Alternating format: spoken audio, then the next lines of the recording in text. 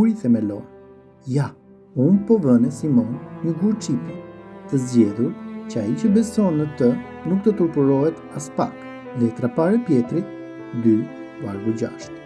Gur qipi ose gur qoshe është gjëja kryesore e gjithë ndërtesës.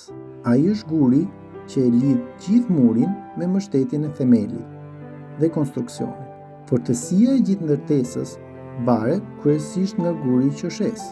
Ai cakton si do të jetë struktura, krijon rregullsinë, fortësinë dhe simetrinë.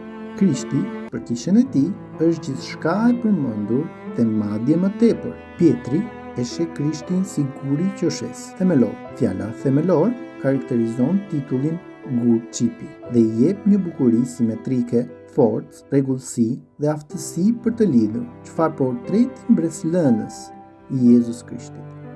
Padyshim, Pjetri e quan Krishtin guri i qoshes, themelor, duke krijuar fjalët e paharrueshme të mjeshtrit.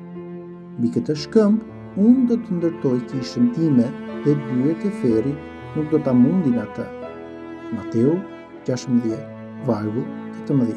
Duke përmendur metaforën e gurit të qoshes, apostulli Paul flet rreth Krishtit si guri i qoshes, mbi të cilën të gjithë ndërtesa e lidhur mirë rritet për të qenë një tempull i shenjtë i Zotit.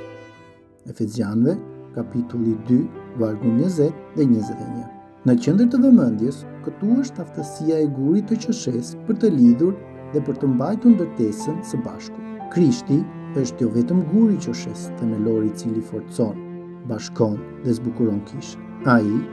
Ai gjithashtu dëshiron të bëhet gur i qoshes, themelor në jetën dhe shtëpinë e çdo besimtari. Kështu që edhe ne të pasqyrojmë fuqinë dhe unitetin e Krishtit, si gur të gjallë. Ja, çfarë ideje e çmuar mbi të cilën duhet të meditojmë sot. Na është zbuluar që Krishti banon tek njerëzit e tij. Besimtarët janë si ndërtesa e ndërtuar mbi themelin e apostujve dhe profetëve.